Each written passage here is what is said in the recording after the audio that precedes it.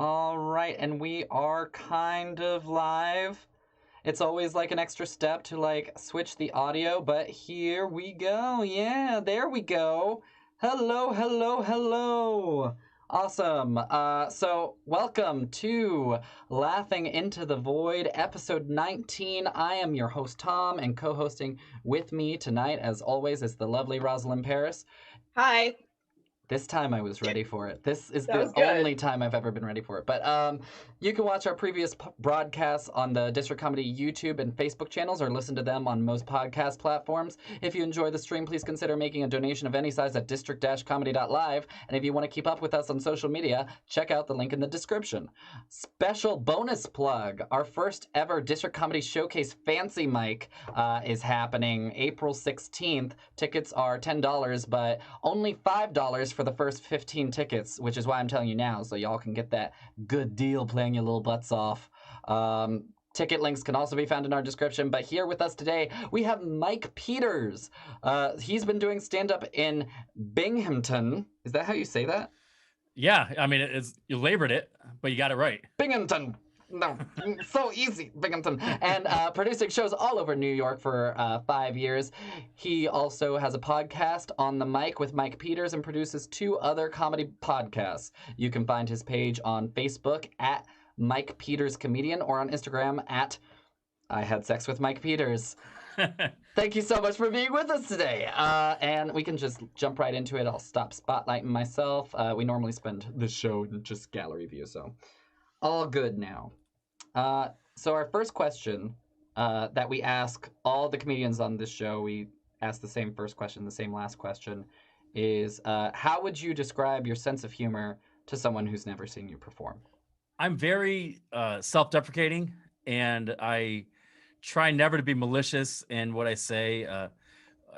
Some of that's a byproduct of I host so many shows that I don't want to turn an audience away immediately, so the other 3 or 4 people on the show have to clean up the mess. But you know, I talk about my family a lot. I'm a single guy with 3 cats. I think that in itself lends a lot of material. And I don't know, I'm fairly dark, but I say it with a smile. Like you might think I'm gonna kill myself until I smile, and you're like, oh no, he's around for a little while longer. Good. So yeah, I don't know.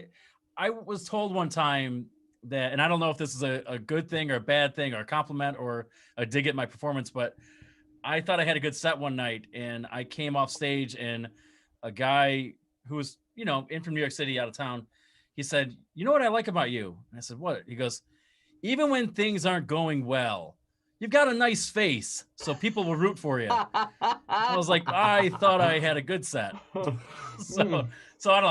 I don't know. I think I have a kind personality and somebody to root for, I suppose. But no, it's self-deprecating. I'm a nice guy, you know, on stage. So that's about it. Well, which one's more important, having a good set or a good face? I feel like good set. Good set. Okay. Definitely. Trust me. You can be horribly disfigured, but as long as you're funny, you can get away with anything. Absolutely. Honestly, that's true for a lot of people. Like, so many people I know who just get by on their charm.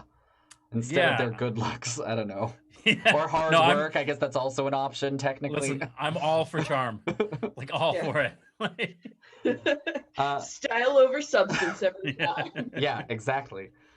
So would you say that there's maybe like, not that you have to do it for us, but is there like an exemplary bit that you feel like you have in your set that is like, yeah, that's me.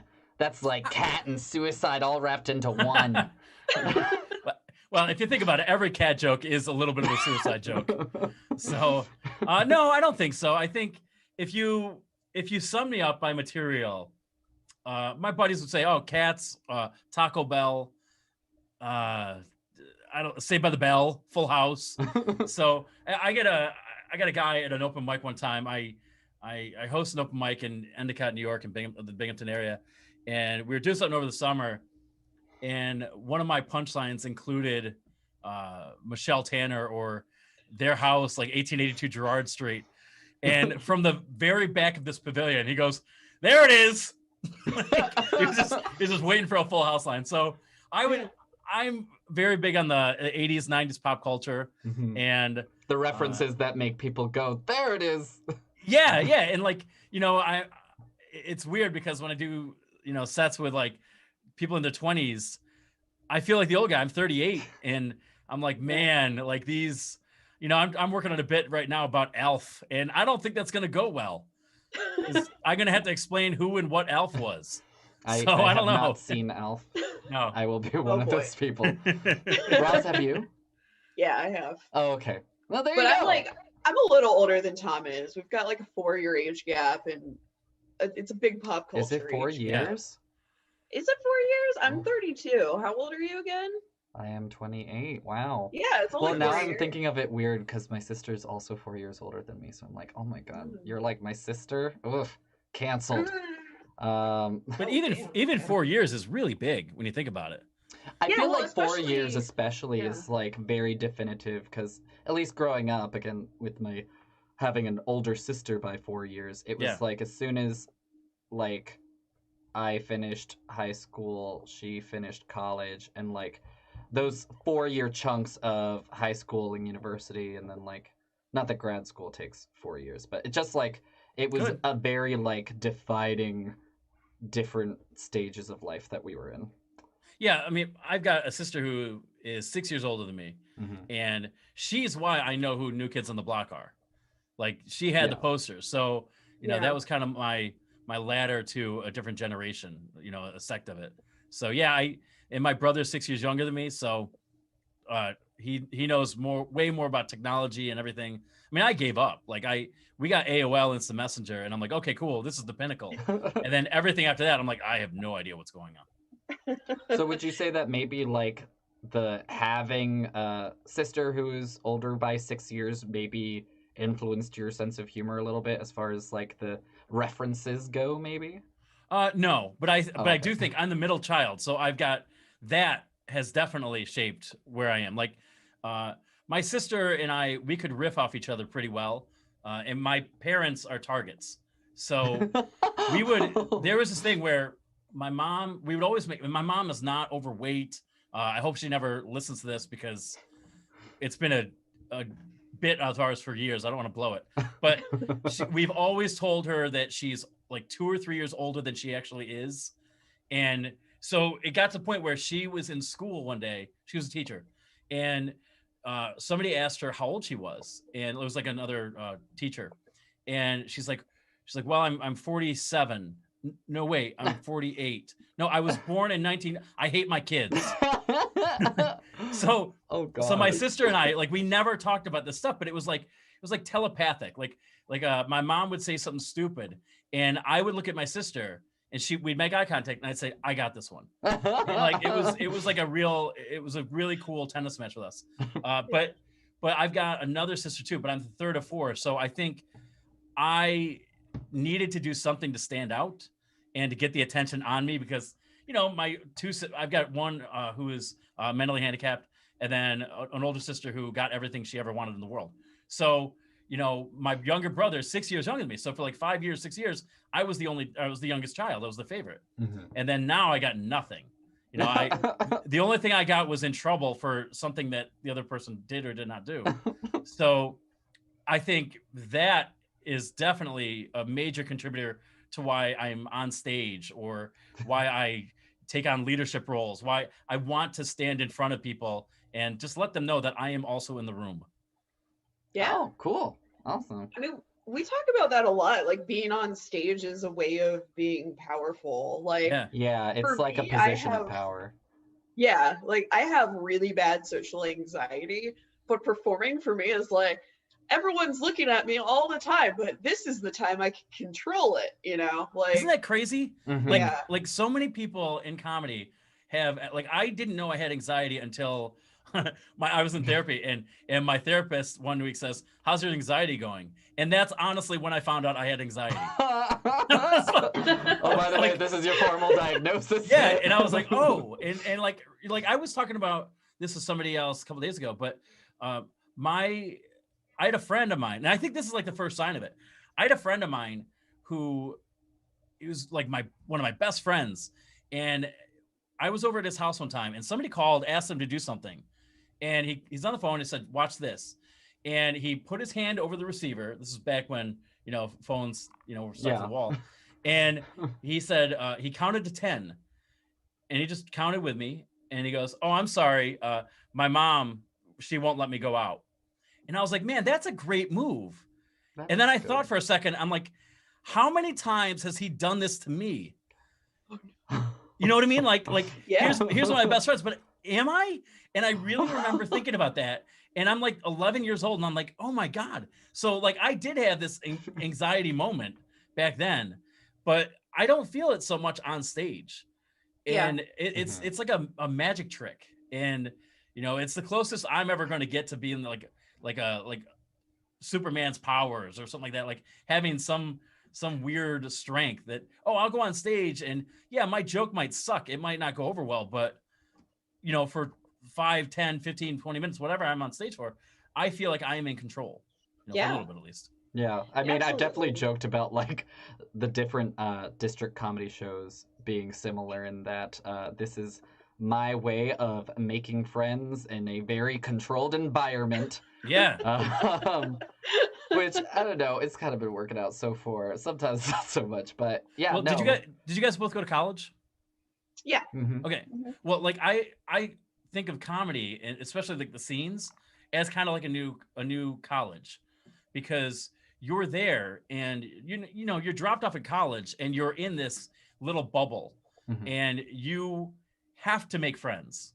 You know, like I think it was easiest for me to find a girlfriend in college because, I mean, there are not many options. So when you're out of there, they have all these options. They're like, oh no, I don't have to settle for this. But in college, they're like, well, we're in the same class. Yeah. Might as well, you know. It's also the commute is, convenient. yeah, the commute is short. Like I can go upstairs and whatever. So, but with comedy, it's the same thing. Like I started when I was 33, and I moved back to Binghamton from Baltimore, and I was like, I have no real friends who have no kids. And if you want to find people with no kids, you go to an open mic, and they are all there. So I found my own. And you know, some of my best friends now are comedians, and you know, I don't know if that's a good thing, but I mean, I think it's a fun probably thing. good thing. I like comedians. Generally, I would hope so doing this show. Anything else you want to tell us about your background, though? I'm really curious about like what kind of inspired you initially to get into comedy, and then the podcast, or if it was the other way, if it was you started with the podcast and then did the comedy, etc. No, it's definitely comedy first, because I still don't think anybody wants to hear me in my podcast. Like, I mean, the numbers are good, and like they're always getting better. You know, I mean, there's stagnant weeks or whatever, but like they're good. I will never have enough confidence to say, oh, people are tuning in for me. You know, it's never gonna happen. But I remember when I was in school, I mean, I had to been like 6th, 7th, 8th grade. My best friend Jeff, he and I got Adam Sandler's "What the Hell Happened to Me," that CD, and we were always big, you know, Billy Madison and Airheads and Happy Gilmore, big Oh my fans. God, I love Jim Airheads, Carrey, yeah. like my favorite year is 1994 because like now I have no girlfriend, but I didn't want one, you know, like but I had no bills and I could just play with my friends. I could play Super Nintendo, and I'm a Mets fan. They were horrible, but they're horrible most years. So but it was such a great year. And then you get Ace Ventura and Dumb and Dumber and Billy Madison and Major League 2 and all these really good movies. D2, the Mighty Ducks, and like it was such a great year. So I had all those. There was no way a 10-year-old, 11-year-old, 12-year-old around that time could not be a Sandler fan. And so we got that album, and then Jerry Seinfeld's "I'm Telling You for the Last Time," Chris Rock's "Roll with the New." I mean, just one after another. And then when I got to middle school, high school, we got Carlin. We got George Carlin, and my buddies and I, we were all band kids. We're not the coolest kids in the world, believe it or not. And but what made us feel really good about ourselves was that we memorized George Carlin's sets, and we would just recite a different joke every day. And from that point on, I knew that I would love to do stand-up. I had no idea how I could do it, but I didn't know what an open mic was, or where a scene was, how to get to New York. I mean, nothing like that. So, but I've read all his books, and I've got all George Carlin's specials. So he inspired me. And then I saw Mike Birbiglia do an off-Broadway show. It was Thank God for Jokes. I saw that, and he was so good. And I remember I walked into the bathroom with a buddy of mine, and we're just, before we left the theater, and I made some joke or whatever. And my buddy's like, "Oh, you should go on stage and do something like this." Like, not pee, I guess, but yeah. But well, there are places you can do that too. I've heard. Probably more than comedy. Whatever gets me stage time, I'm up for it. I've got no shame. But at that point, I'm like, oh, you know what? It's something I want to do. I suppressed it for a little while, and then I was a sports writer for a long time. I was a journalist for like 12 years, so I could write. And I ended up moving up to back to Binghamton, New York. And I was doing Amazon sales, so I wasn't writing anymore, and I wanted an outlet. So I looked up, open mics in the area, and I started writing material. And then I went to an open mic, and the first mic I went to, I was too afraid to go up, and the second mic, I planned on going there, and then I texted just about everybody in my contact list, and I said, "Hey, I'm doing comedy on Wednesday." They weren't going to be there, like they were all out of town, but I wanted the pressure. Yeah. So when they would ask me on Wednesday night or Thursday morning how to go, I couldn't say I chickened out. So I went up the second night, and since then, I mean, even with the pandemic, I think the longest break I've had from comedy is about a week. So I fell in love with it. Yeah. That's great. So that move was like about 5 years ago then, is like the needing an outlet, gotta get into the comedy. Yeah, and then with the podcast, I've been toying around with the idea of doing a podcast for a while, and mine's nothing outside of the box. I mean, it's probably similar to this one. It's just interviewing comedians. It's a one-on-one thing where I produced so many shows before the pandemic stopped everything. I was I had 14 venues to book shows for, and all around New York State, like upstate New York, and it was great. I did 12 monthly shows at different places, and then I'd have an Elks Lodge would do a show every couple months or whatever. So my goal with the podcast was to, you do comedy with people, but you don't get to know them super well. Like you see them for, an hour a week or 20 minutes on stage, something like that. So I took a car ride with a comedian, and I'm like, I knew the guy for 4 years. I'm like, I don't know him at all. So I wanted an outlet to get to know people. And I am a big proponent of, getting people to know what kind of talent, especially locally, is around. So I'm like, okay, well, if I have a podcast where it's just me interviewing somebody else to see how they got their start, what their worst show was, who their influences are, what they want to do, if they want to do this as a career, I think it would be a great, marketing tool for me, for one, and them. And just to kind of highlight, hey, there are funny, really, really funny, really talented people in your backyard, really. And then, so I basically started it to be, for Binghamton, anybody I booked, really, like Binghamton area, Rochester, New York. I don't know how familiar you are with the with a area of upstate New York. I'm not, but the people listening probably are, Yeah. so they appreciate So it. yeah, so like Rochester, Syracuse, Albany, Binghamton, Scranton, Pennsylvania, Ithaca, Elmira, like Utica, all over the place. And it started out just that, and then dipped in Pennsylvania a little bit, like Allentown and Lancaster a little bit. But when the pandemic happened, you know, I learned what Zoom was. I learned, you know, how to adapt technologically. And now I'm, you know, interviewing comedians. I just interviewed somebody from Chicago last night. And, you know, it's like California, and I've got something set up with Connecticut. And like, I'm trying to get every state to have a representative. So that's cool. Yeah, I always set goals for myself like that. So yeah, it's just been really fun. And, you know, I trying to use the journalism background, so my parents didn't waste $60,000 on school. So, but it's been a lot of fun, and I'm, you know, it's going well, and I'm relearning how to do all the audio work, and you know, then I now produce 5 podcasts, not 2, but wow. I picked since I talked to you, I picked up 3 more. So you know, it's like I just never busy guy. Yeah, there's I can never have too much work to do.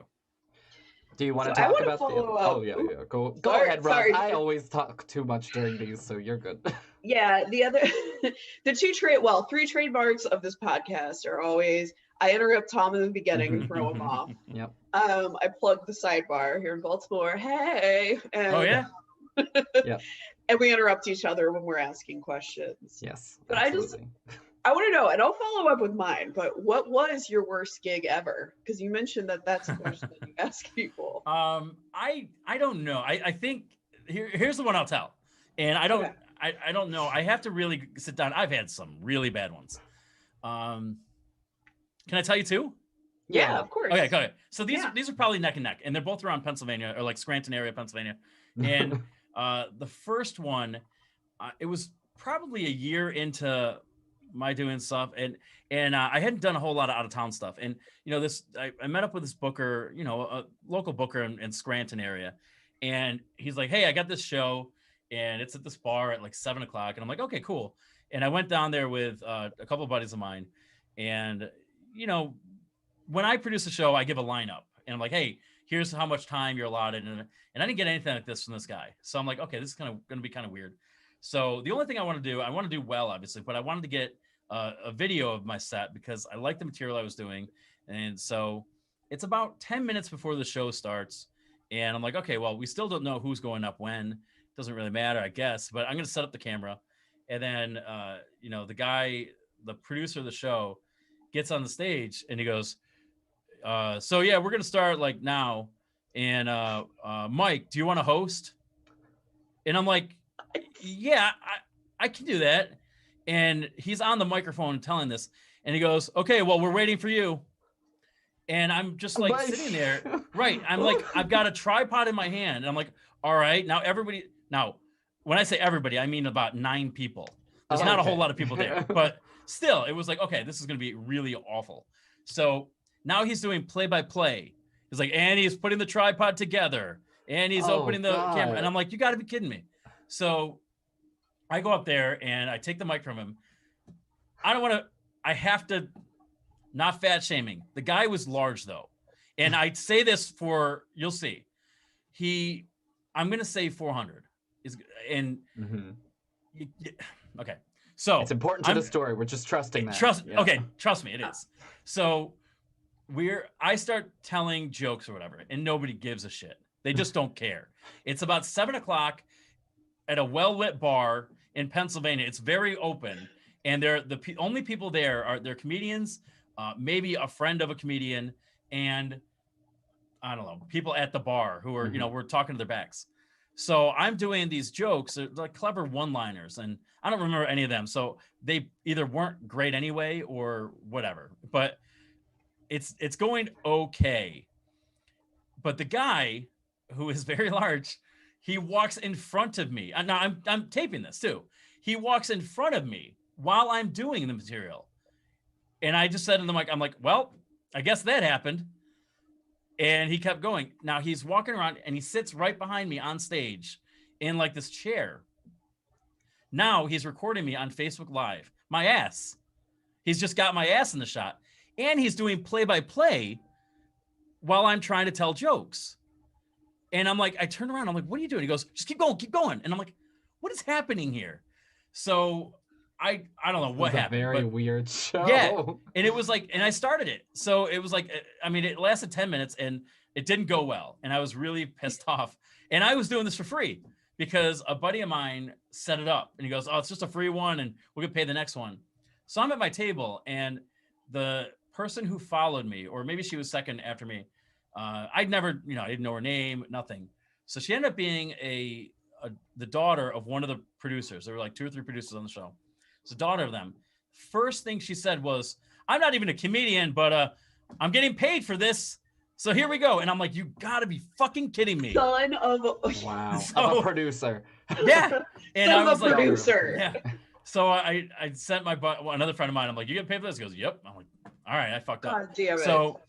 So afterward, like my friend and I were driving back, and I'm like, hey man, you mind if we hit this open mic? And he goes, no man, you need it. I'm like, okay, cool. So I did the same material and it went well at the open mic. I'm like, thank God. Okay, I was worried this was the other. Yeah. No. But the other worst time. So I had a really fun, and this is like probably maybe 2 years ago, maybe a little less. And it was February 13th, 2019, because is it a Friday? It would have been 2013. So or 2019. Yeah, so it was a Wednesday, but it was the day after my birthday. So that's why I know. And I'm like, okay, so my few previous shows have gone really, really well. I just headlined a show in Scranton, went very well. I headlined a show in Ithaca, went super well. And I'm like, okay, cool. Now I'm just looking for shows. So this guy, throws on Facebook, hey, I got a guest spot. Anybody want it? I'm like, yeah, I'll do 10 minutes, whatever. So I drive down there. I'm doing it for free. And I'm in the green room. And this is why I don't talk about how great I'm going to do. Because I was in the green room saying, oh, yeah, I'm going to do really well. Like the guy producing the show, not a great comedian. And he was, he's one of those guys who starts the show like, hey, clap for this, clap it. If who's in a relationship, clap for your, like every other line he said was clap for this. I'm like, oh, well, whatever. So I'm like, oh, I got this. It's going to be great. So I walked downstairs and, we're high in the green room and walked downstairs and I'm sitting on the steps and he says to the audience, well, first of all, he yells at 2 people for laughing. And I'm like, okay, that's not going to help. And then, or not laughing, but talking, out of turn. Then he says there's a group of 4 people on a table. And it was obvious they were, father and mother, and then son and girlfriend, or daughter and boyfriend, whatever it was. And he says to the younger couple, he goes, hey, what do you guys do for work? And the woman says, oh, well, we both work for his dad. And he goes, oh, you ever get caught fucking at work? And I'm like, what kind of a person says this? And everybody is fucking like, we're all stunned. It's awkward silence. He goes into another bit and then bails on it because it's not working. And he goes, all right, your first comedian. And I'm like, son of a bitch. Now, my set didn't go well. I'm not blaming him, but it was not a smooth lead-in. Yeah. And, I'm looking for, some things go well, but for the most part, it's not a good set. And then I ended strongly, but, that's it. I mean, I probably had maybe 3 of the 10 minutes I did was good, whatever. So it's not great. So I walk off stage and I'm going upstairs and the producer says, he says, everybody give 1 clap for Mike. And they all clap, and then he says, that's about all he deserves. Wow. He says, if I had a hook, I would have used it. I'm upstairs and I grabbed my coat and I said, good luck and goodbye to the comedian, my friend. And I walked out. I was so mad that I'm like, I have to leave now. Otherwise somebody's going to jail. And so I walked out. I wished luck to the 2 comedians I passed and I left. And the audience, I could tell, was not happy with that because they all, unwittingly made this poor guy's night way worse. They were all bullies, unsuspectingly. So, but I left and I made it from Scranton to Endicott which is like, a 70-minute drive. I felt like I made that in about 38 minutes. Wow. Oh, wow. So I was heated, but Oh yeah, so that's the last time I'll ever work for that guy, and Yeah, but yeah, that sounds so awful. yeah, those are one too. I don't know which one's worse, but the one that stings the worst is the one clap guy. Yeah. I feel For like the one where he was live streaming your ass is technically worse. And the sad part is know, I don't maybe have an you ass. OnlyFans. I don't have an ass. Like my pants will fall down because I don't have anything to support it. So I mean, if the jokes are great, awesome, but I don't think they were that good, and my ass isn't good. So I don't know what he was getting out of that. Nobody's coming to the show for that. Like, Yeah. At least have a good ass. Like, know. if you can't have a good jokes. Do some Oh my God. squats or something, man. Oh no, that's awful. I'm so sorry that happened to you. Oh, But no, I'm not. Also, It's a part of my still- brain yeah. is like, so I also like only did like a couple of open mics pre-pandemic before I like Yeah. went hard into like district comedy and everything. So my brain is also still kind of processing like, wait, do you mean it is not normal for comedians to just come do their set and immediately walk out?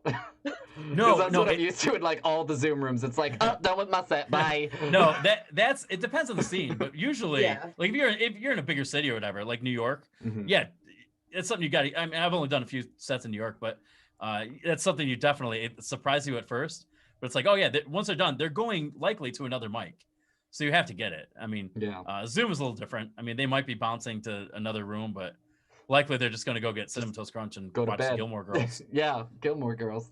That's what Everyone I'm here. going to do tonight. So whatever. Ayo. Well, you have to stay for this entire show. Please don't leave like halfway through interview. No, I'm Well, good. that was I'm my good. best stuff. See ya. Peace. All right. Well, in that case, it seems like we kind of touched a little bit already then on what kind of inspired you to do the podcast. I do want to say though, like that's also like part of what I like doing this podcast, and I don't know if you find the same for yourself, but I also appreciate getting a chance to kind of see how the person differs from their act. Yeah. Like kind of get to know them on a non-jokey level, which like I mean kidding around with people obviously I enjoy, otherwise I'm not in the right place. But you know, just like also like any chance to like kind of talk about the craft of it too, I Yep. feel like is interesting. If not funny, at least interesting. I don't know. Have you found that for yourself? Yeah, what I like most about, that kind of process is, I see, let's just say the comedian I'm listening to now is the finished product. I mean, Mhm. obviously they've got growing to do, but I like seeing how they got there. And if a guy is a one-liner comedian, I'd like to see if he started out as a storyteller or, how he evolved on Mhm. stage to this. What's his writing process? Yeah, I find all that stuff really interesting because, people go through some weird shit. I mean, like for me, I was stabbed in Baltimore, and I take that and I didn't die, but Mhm. Sounds you know, about right yeah. I live in Baltimore now, and You live in Baltimore now? What part? Yeah, I live in Hamden. Oh yeah, I lived in Essex. Oh, okay. Oh, Baltimore County. Well, yeah. So everybody, it's Okay. Baltimore, Middle River and everything. Okay. Yeah. Not So- not trying to detract from the. Oh no, I get it. Yeah. at all, I promise. No, I get it.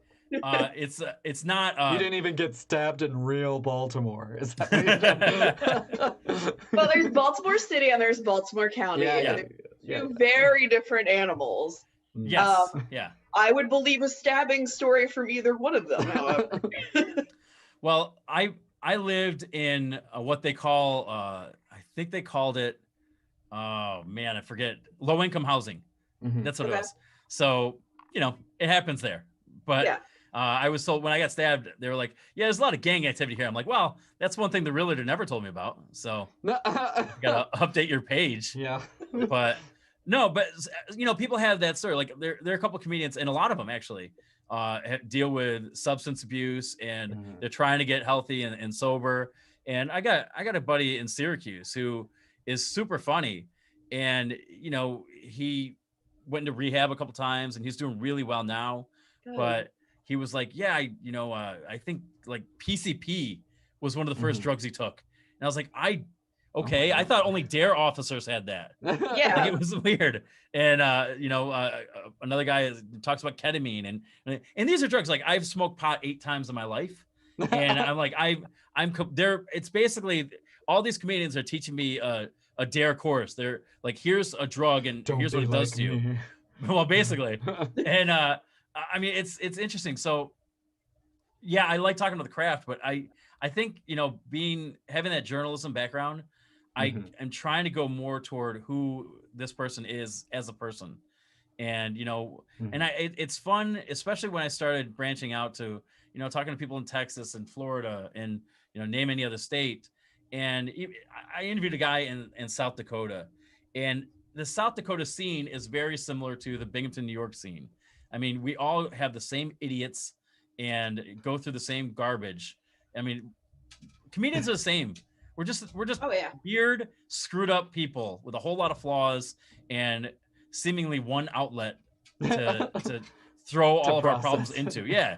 So it's really interesting. And I think if I spent a whole lot of time on the craft, I don't know how many people would enjoy that. I think comedians certainly would, but I don't know I don't know what my percentage of comedians to listeners is. I'm gonna guess it's high, but I don't know. The people who I get feedback from a lot of people who aren't, and they're the nicest thing anybody's ever told me was a good friend of mine. It's shouted out on the podcast a lot. My friend Danielle, she said, listening to these interviews makes me want to be a comedian. Oh, which is really sweet. But that's it. I mean, I want to make it feel like, okay, you've known this guy for years. Yeah. And like, yeah, you might get into it because of me, and I'm the constant on the show, but all these variables, like I'm the control, the variables are really, it's the only science thing I know. Like, that's it. I wanted to make a science analogy during this interview, and I did that and water displacement. That's it. That's all I got. Okay. And, every time I wash my capillary effect, Oh yeah, I know the word capillary, but like I know every time I wash my dishes by hand, I think of the water displacement, and I'm like, okay, cool, I'm smart, but I'm not. But no, I want everybody to think they know this comedian or want to see them live or hear more about him. And it's kind of, I don't know, that's the joy I get out of doing the podcast. Yeah, I think that's like the thing about comedy too. It's like, I mean, because when we started this show, I was like, okay, we're interviewing comedians about themselves. Like, it's kind of masturbatory. Oh yeah, yeah. Like, we can deal with it. But like, I think a lot of what we've talked to people about is like the stuff that's funny is always relatable. And the art is how you package it, kind of. Right. Like, that's why, like, the whole joke, like, what's the deal with airline food? Like, most people have flown on a plane and know that airline food's disgusting. Yeah, relatable. Yeah. So it's like, I don't know. It's been a kind of like a cool reinforcement that like we all want to know about the people behind the jokes, because at the end of the day, there's always something everyone can kind of like connect to. Yep. Yeah, without a doubt. I think, and people are funny. Like, I mean, my sister is a psychologist, and we always joke that, the only reason she's going into psychology is so she can finally figure out what the hell's wrong with her family. And I think like part of the reason I really enjoyed writing about people was that I like to tell their story. And I think everybody, no matter how shitty a comedian or awful a person is, whatever, they all probably have pretty interesting stories. Yeah. And not like, oh, this happened to this guy or whatever, but in total, like how they got there. Like, I think it's very easy to tell a comedian who's like, I think it's very easy to tell if a person is an only child or a middle child or a youngest child. But, if you spend 10 minutes with them, you can probably figure it out. And that's the stuff I really interested. And I've noticed that, when I said, being a middle child helped me, a lot of comedians are middle children. And, we are starved at some point. I think if every comedian had to go to therapy, which I recommend, I think they'd be better comedians for sure. But I also think they'd waste a lot less time of the audience. Like, they would just get to jokes instead of processing your shit. Right. It's like, okay, well, you have, hopefully you have a small copay, that can help you, and you don't have to, buy 2 drinks to get on stage and do your therapy. Yeah. But yeah, I think I don't know. People are interesting, and I think it's, I mean, that's what made writing a whole lot easier. Is that, if I had to cover, a business meeting, like, or a, school board meeting, those are the worst, because like you're just dealing with numbers and, so and so said this or whatever. But when I covered high school sports and college sports and pro sports, when you do a feature story, man, you really get to know about this kid and his handicapped brother and why he's doing this. I mean, people are really, there's a lot of they're deep, there's a lot of levels to them. So just doing a long form interview like this really helps me and helps anybody get to know somebody. Yeah. Dang. Well, speaking of getting to know each other, since you're the one with the journalism background, what is, and this isn't on the list of prepared questions. Oh, good, but, good, yeah. So with your journalism background, what is like the question you would ask yourself in an interview? What would I ask myself? Yeah. Wow. I don't know. That's a good question. It's a good mind trick there. Whoa! Whoa! It's basically I'm trying to get him to do my job for me. Yeah. I'd be like, do you really need 2 Taco Bell meals a week? Do we really need that? I don't know. I think, I don't know, man. For like, me, what is your it's story? weird. Like, it's weird because okay. Well, Yeah. I was gonna say it's weird because I know all the answers. I think to myself. My story is, I think I'm pretty much an open book on that. I deal a lot with I have really, really good parents. They're good parents. They're great parents to adult children. But both my parents are teachers. And Lord. did you guys have any parents who are teachers? No, but my mom is a teacher. Oh, you mean like us ourselves, not other guests on the shows? Okay. Yeah. No. Yeah. Like, so your mom's a teacher? Yeah, my mom's a teacher. My sister's a teacher. Yeah. Oh yeah. Grandma's My mom a teacher. taught special ed for a few years. Yeah. Okay. Yeah. So my like I said, I have a sister who's her diagnosis is mental retardation, and she was a handful. She hoarded, like, she's a big hoarder. If you left anything out, she took it. She would steal shirts of mine and then give them, like my buddy gave me I'm a big punk rock guy, like a NoFX. She gave a NoFX shirt, which like 7 people in the school knew who that band was. She gave that shirt I got for my birthday to a friend of hers, and I saw him wearing it at school. So no. Like I was like, I can't find my decline shirt. Oh, scumbag Eric has it. Awesome. So now I don't even want it back. But like my parents had so much to deal with, and they were teachers. So they had 4 kids within 12 years. And then they had, my dad taught high school band, and he took on a lot of responsibility. My mom taught kindergarten. Ooh. They had no break. So when we got home, and they taught private lessons, they both taught private music lessons, and I mean, they didn't want their own kids. I mean, they didn't want to deal with them. So like my mom would, she would yell at us, and just through her just exhaustion and frustration with like, I didn't listen the second or third time, and she has already dealt with this for 8-9 hours. So they were fantastic parents to adults. As kids, like, we're like, okay, we raised ourselves. So we were all independent, and, we were pretty well behaved, but, with that independence, it's like, okay, well, Mike gets to watch whatever he wants to watch. And, like, I grew up watching The Simpsons at 8:00 at night on Sundays. I'd watch The Simpsons, and then In Living Color, and then Married to Children, and then the George Carlin Show, or whatever took that 9:30 spot. And that right there, you could say, informed my comedy. And it's like, okay, well, I'm left to my own devices. I don't have a bedtime. I don't have a curfew, but I'm in my room watching, quote unquote, adult programming at 8-9 years old. So it's like, okay, like, so I was raised on Roseanne, and we always made fun of each other. My family is so self-deprecating, and my dad and I were on the phone today, and he said, if and when I die. And I'm like, what do you mean if? Like, what are you planning? like we are always joking. Yeah, he just got his second vaccine shot.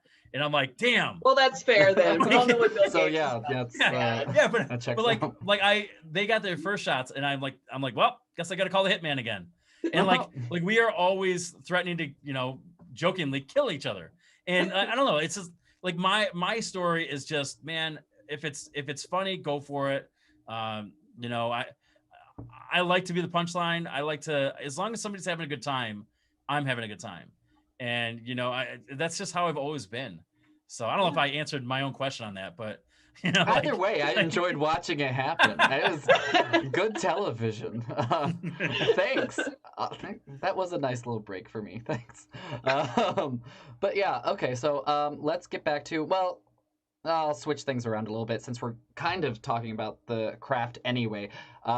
Do you have a specific writing process that you do? Especially, I like giving this example just because I feel like it kind of illustrates a spectrum. Because like me and Roz have a little bit of an improv background. I know a lot of people use like improv as a means of writing. I think that's like a lot of like the Second Cities, pedagogy, blah, blah, blah.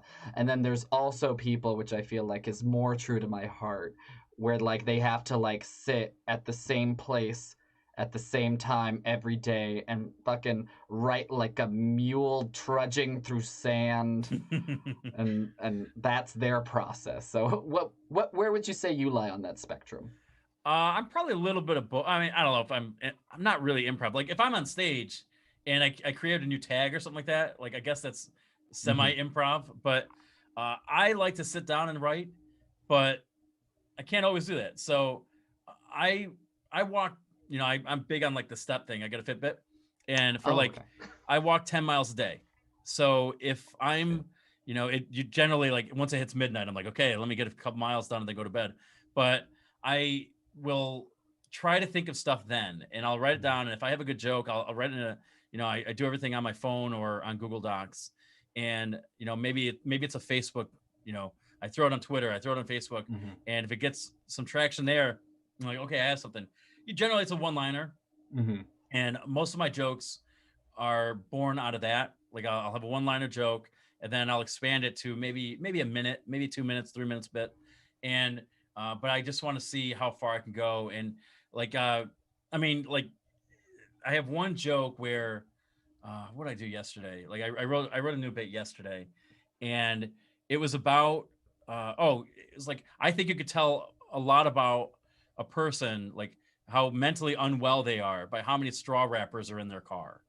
And like, because if you have a collection, you got a problem. So I sat down, I had that one line, and I'm like, okay, well, where can I go with this? And then I transitioned to, okay, well, what would I say if I saw it? And I'm like, okay, well, you should, instead of Wendy's, try therapy. And then I'm like, okay, well, what was the worst car I've ever seen? Well, that's my ex-girlfriend's car. And I'm like, okay, now I can write about that a little bit. And I thought, okay, well, how many problems does she have? Well, she had a lot. So my theory was, okay, well, before you start dating somebody, check out their car. Because if it's trashed, you're going to be dealing with somebody who's, a little loopy. And by the way, my car also garbage. So I'm not. I blame myself too. But I'm not gonna lie, I felt a little called out by that. Well, and that's the like, thing. I didn't know you guys used to date. So I did it on stage for the first time last night, and we were able to do a live open mic. And what I have built into that is, I say that line, like I think you could tell a lot, how mentally unwell somebody is by how many straw wrappers they have in the car. And I paused, and everybody was thinking, how many straw wrappers do I have in my car? And I'm like, perfect. So I'm like, I think right now, as what I said, right now, I think we should all like take a little time and reflect on ourselves, like take personal inventory and see it. And like one guy's like, I got 7. And I'm like, oh, that's not, he goes, yeah, from like Tuesday. I'm like, Jesus. He goes, I got kids. I'm like, that doesn't matter. So that's not a good sign either. But no, but I thought, okay, well, how many character flaws did my ex-girlfriend have? And they're like 4 or 5 or 7. So I grouped them together, and I said, well, I could have, if I had let her drive, I would have known all of this had I just let her drive me to dinner once. I'm like, okay, so and then I'll have that, and I'm like, okay, that's good. And then where can I go with that? So I try to transition a couple bits together, or just kind of go and I write everything out. and before I skip a paragraph, when we're writing journalism, generally your paragraphs are about 2 sentences long, 2 maybe 3, usually 3 at most. Sometimes it's 1, but before I hit enter and start a new paragraph, I want to end with a punchline, or at least what I think is a punchline, like something I can get a laugh line out of it. So by the end of like a 5-paragraph joke, let's just say, or a 5-paragraph bit, I'll have no less than 5 jokes in that, but I'll probably have about 10 or 12 jokes, hopefully. Like interlaced throughout. Yeah, and they might not all work, but my screen is moving because my cat is moving the screen for me. That's okay. We love cats. Yeah. I relate to that. I've got an emergency cat right here. Oh, nice. Oh, that's beautiful. Oh God. For everybody listening to the podcast, Roz is showing her gorgeous cat. Yeah, no, that's awesome. So kind of the idea of finding that that premise and then just mining the shit out of it. Yeah, and then branch it off and and then if it doesn't work, okay, well, as soon as I get off stage, I edit. And and I'll try to memorize it. And, when I'm talking about it, when I'm trying to memorize it, I'm talking it through, and maybe there's a better tag I have, or, change the wording around so it comes out of my mouth easier. Like if I struggle with, stutter through something, or, it's just a little cumbersome, then I'm like, okay, well, let me change that up to make it easier to say. And then I go on stage, and if it doesn't do well, I edit, and I try not to throw away a bit right away. But yeah, it's kind of a process. So then I don't know when a joke is ever done, but generally if I can run when with is art ever done, Exactly. I'm not right now, I'm not, worried about making an album or whatever. So a lot of these jokes I'll run for 2 or 3 or 4 weeks, and I'll put them away, and then I'll, I try, because I host an open mic. So I feel like it's my it's just kind of my responsibility to come in with a different 5 or 7 minutes every week. So if I can get, Zoom helps, but if I, on a regular time, if I can get to 3 or 4 open mics in a week, and then usually I have 2 or 3 shows, then I can at least, expedite the process of working out some material. And, so it'll work. And then, when I get tired of telling it, I put it away, and then maybe 3 or 4 months later, I bring it back and I tweak something, because theoretically and hopefully I'm going to be a better writer in a month than I was today. Yeah. So I'll come at it from a different angle. So my process is pretty wide ranging, but that's pretty much what it is. Yeah. That's part of why I hate. I try and force myself to do it, but I normally hate revisiting bits, because my future self looks back and is like, how did I think that was funny? God, I'm such a fucking idiot. I know, but when you do that, there's one bit I have, and I use this as the example, but it was one of the first things I took on stage, and it was, I'm not going to tell you the whole story, but I call it the Hitler, what I call it, the Hitler mistake. And this woman at a bar hit on me, and then we, went well the first night, and then she invited me back to the bar, and it was clear that she was into me. And I guess I'll tell you the story, but she came out, and we were, going behind a building with a bunch of people, and extending the party. And she said, hey, the DJ, she and the DJ dated. She goes, yeah, the DJ just said I was the worst person ever. Am I the worst person ever? And it was such a slam dunk to say no and then get laid. All I had to do was say, no, you're not the worst. I could have lied. To my knowledge, you're not. Yeah. But I said, no. I said, you're not Mussolini. You're not Pol Pot. You're not Hitler. Maybe you're the fourth worst person ever. And it didn't work. So she didn't laugh. And she walked back, talked to DJ a little bit more. And she came back. And I'm like, my stupid brain says, no, you got to get the laugh. Oh, God. So, yeah, you got to go back in there. She came back and said, just so you know, you're the best looking person in this bar. And I go, and just so you know, Hitler's mustache was way more pronounced than yours. Ooh. Wow. She went home with the DJ. So you had decided earlier though, before saying I guess. I gave up. Yeah, and I didn't have that line when she came over, but I'm like, whatever. And but that's how my brain works. So that joke, it goes over pretty well, but it's something that I tuck away, and I probably bring out once a year.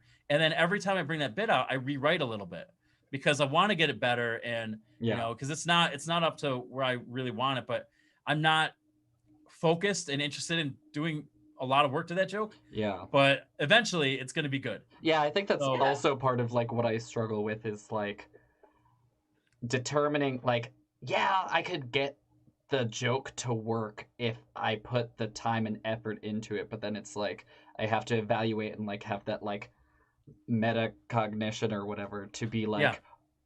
is this time going to be worth it? Is putting the hours in for this like one joke going to be worth it if I could have written like 4 other jokes in that time? Yep. But anyway, thank you for kind of going into that with us. Oh, no problem. Yeah, I love, have fun with it. Like I said, I love talking craft stuff. But I do want to talk about the podcast a little bit, and then we have our last question. But Cool. Since you mentioned you're doing 5, I kind of want to know if you want to tell us a bit about what they are. What's your favorite aspect of producing the podcast? What's the biggest challenge? And like, is there anything from your main podcast on the mic that like, I don't know, like people were asking for stuff and it wasn't really the thing of the show, which is like, is that what bred all the spin-off shows? Or Well, they're not spin-off shows, but they're here's all what like happened. independent of each They're other? they're all different Okay. shows. So what happened was I started my podcast in November 2009, and you know, I had a little I did college radio in college. I mean, years ago. So I knew how to edit a little bit, but I learned how to do it again, relearned it. And you know, the quality, we all, especially when we start out, you don't really know how to do the levels and whatever. Like there's a learning curve, but now it's pretty good. So I had a couple guys on my podcast, and then I was a guest on theirs. And after I had one of the guys, the podcast is So Tell Us. It's 2 guys, super funny guys based out of Philadelphia, and the mic levels weren't great on the ones they were doing, and the content was really good, but the audio was tough to listen to at times. Yeah. So after I had one of the guys on my podcast, another guy's like, "Hey man, do you want to?" I said, "Hey, if you ever need any help, let me know." And he goes, "Hey, would you want to produce this?" I'm like, "Sure." So now I sit in with them, and everything's on Zoom, and I use a different program called Zencaster. So I do that, and then I'm like the third banana. Like I'm not on. I'm not. My voice isn't heard, but I'm always in the chat. So they're asking questions, whatever. So and then I do all the editing, and I post everything. Kind of take the work off of them. So that's a fun one to do. A friend of mine in Lewisburg, or I'm sorry, Pottsville, Pennsylvania. I met all these guys through a Lewisburg mic. So and it's Lewisburg, Pennsylvania, and but this woman, Sarah Cartwright, had this idea for a movie podcast. And I said, hey, if you need help with anything, let me know. She goes, well, do you want to produce it? And I said, sure.